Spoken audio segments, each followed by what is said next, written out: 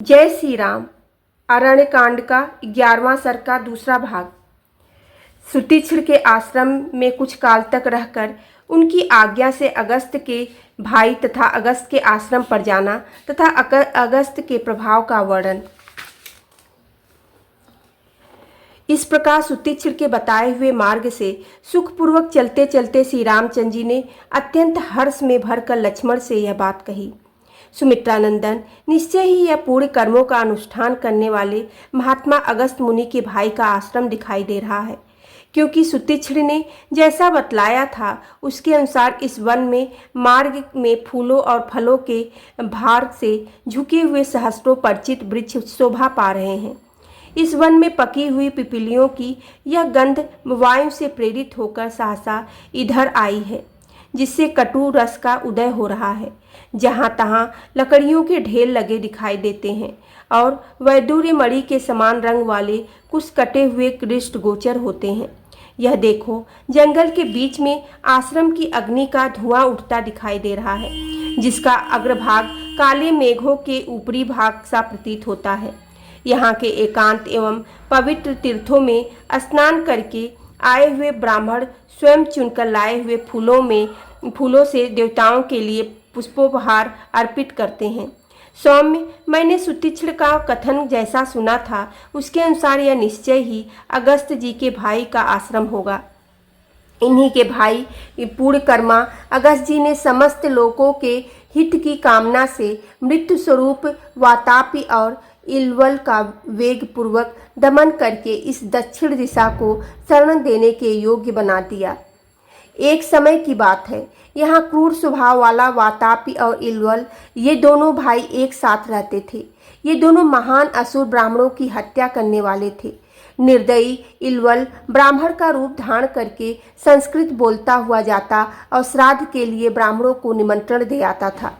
फिर मेष का रूप धारण करके अपने भाई वातापी का संस्कार करके श्राद्ध कल्पोक्त विधि से ब्राह्मणों को खिला देता था। वे ब्राह्मण जब भोजन कर लेते तब इलवल उच्च स्वर से बोलता, वातापी निकलो। भाई की बात सुनकर वातापी भेड़े के समान में करता हुआ उन ब्राह्मणों के पेट फाड़ फाड़ कर निकल जाता था। इस प्रकार इच्छा अनुसार रूप धारण करने वाले उन मांसभक्षी असुरों ने प्रतिदिन मिलकर सहस्त्रों ब्राह्मणों का विनाश कर डाला। उस समय देवताओं की प्रार्थना से महर्षि अगस्त ने श्राद्ध में शाक रूपधारी उस महान असुर को जानबूझकर भक्षण किया। तदंतर श्राद्ध कर्म संपन्न हो गया, ऐसा कहकर ब्राह्मणों के हाथ में अवने जन का जल ले इलवल के भाई को संबोधित करते हुए कहा, निकलो। इस प्रकार भाई को पुकारते हुए उस ब्राह्मण घाती असुर ने बुद्धिमान मुनिश्रेष्ठ अगस्त ने हंसकर कहा, जिस जीव शाक रूपी धारी तेरे भाई राक्षस को मैंने खाकर पचा लिया, वह तो यमलोक में जा पहुंचा है। अब उसमें निकलने की शक्ति कहाँ। भाई की मृत्यु को सूचित करने वाले मुनि के इस वचन को सुनकर उस निशाचर ने क्रोधपूर्वक उन्हें मार डालने का उद्योग आरंभ किया। उसने ज्यों ही द्विजराज अगस्त पर धावा किया, त्यों ही उद्दीप्त तेज वाले उस मुनि ने अपनी अग्नितूल दृश्य से उस राक्षस को दग्ध कर डाला। इस प्रकार उसकी मृत्यु हो गई। ब्राह्मणों पर कृपा करके जिन्होंने यह दुष्कर कर्म किया था, उन्हीं महर्षि अगस्त के भाई का यह आश्रम है, जो सरोवर और वन में सुशोभित हो रहा है। श्री रामचंद्र जी लक्ष्मण के साथ इस प्रकार बातचीत कर रहे थे। इतने में ही सूर्यदेव अस्त हो गए और संध्या का समय हो गया। तब भाई के साथ विधि पूर्वक साय संध्यापोपासना करके श्री राम ने आश्रम में प्रवेश किया और उन महर्षि के चरणों में मस्तक झुकाया। मुनि ने उनका यथावत आदर सत्कार किया और सीता और लक्ष्मण सहित श्री राम वहाँ फल मूल खाकर एक रात उस पर्वत में उस आश्रम में रहे। वह रात बीतने पर जब सूर्योदय हुआ तब श्री रामचंद्र जी ने अगस्त के भाई से विदा मांगते हुए कहा, भगवान, मैं आपके चरणों में प्रणाम करता हूँ। यहाँ रात भर बड़े सुख से रहा हूँ। अब आपके बड़े भाई मुनिवर अगस्त का दर्शन करने के लिए जाऊँगा। इसके लिए आपसे आज्ञा चाहता हूँ। तब महर्षि ने कहा, बहुत अच्छा, जाइए। इस प्रकार महर्षि से आज्ञा पाकर भगवान श्री राम सुतीक्षण के बताए हुए मार्ग से वन की शोभा देखते हुए आगे चले। श्री राम ने वहाँ मार्ग में निवार, कटहल, साखू, अशोक, नीतीश, चीरीबिल, महुआ, बेल, तेंदू तथा और भी सैकड़ों जंगली वृक्ष देखे जो फूलों से भरे तथा खिली हुई लताओं से परिवेष्टित हो बड़ी शोभा पा रहे थे। उनमें से कई वृक्षों को हाथिनों ने अपनी सूंडों से तोड़कर मसर डाला था और बहुत से वृक्षों पर बैठे हुए बानर उनकी शोभा बढ़ाते थे। सैकड़ों मतवाले पक्षी उनकी डालियों पर चहक रहे थे। उस समय कमल नयन श्री राम अपने पीछे पीछे आते हुए शोभावर्धक वीर लक्ष्मण से, जो उनके निकट ही थे, इस प्रकार बोले। यहाँ के वृक्षों के पत्ते जैसे सुने गए थे वैसे ही चिकने दिखाई देते हैं तथा पशु और पक्षी क्षमाशील एवं शांत हैं।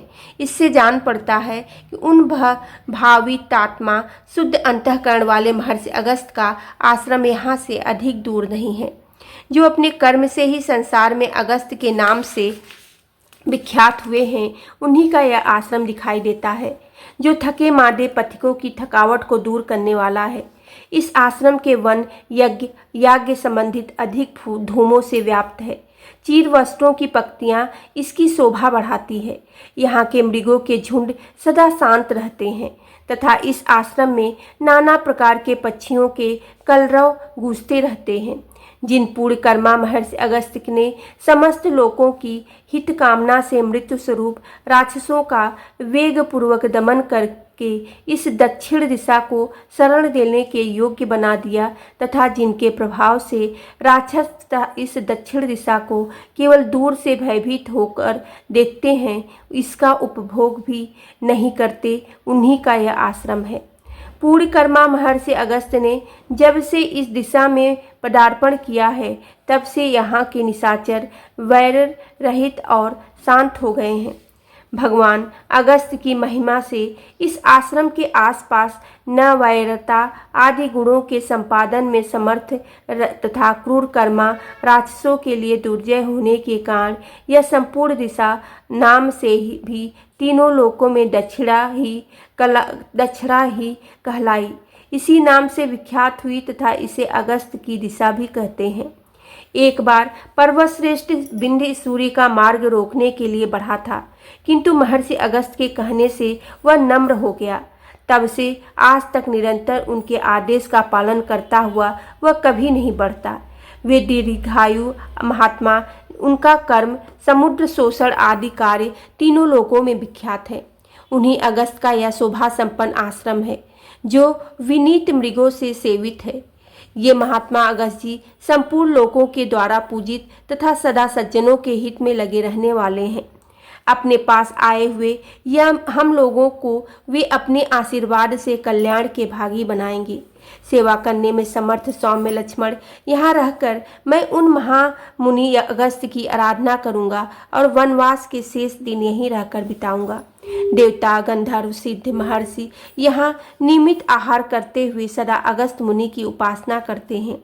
ये ऐसे प्रभावशाली मुनि हैं कि इनके आश्रम में कोई झूठ बोलने वाला, क्रूर, शठ, निःश्रिंग अथवा पापाचारी मनुष्य जीवित नहीं रह सकता।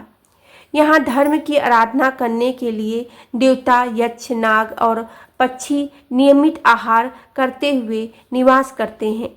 इस आश्रम पर अपने शरीरों को त्याग कर अनेक सिद्ध महात्मा महर्षि नूतन शरीर के साथ सूर्य तुल्य तेजस्वी विमानों द्वारा स्वर्गलोक को प्राप्त हुए। यहाँ सत्य कर्म परायण प्राणियों द्वारा आराधित हुए देवता उन्हें यक्षत्व, अमरत्व तथा नाना प्रकार के राज्य प्रदान करते हैं। सुमित्रानंदन, हम लोग आश्रम पर जा पहुँचे। तुम पहले प्रवेश करो और महर्षियों को सीता के साथ मेरे आगमन की सूचना दो।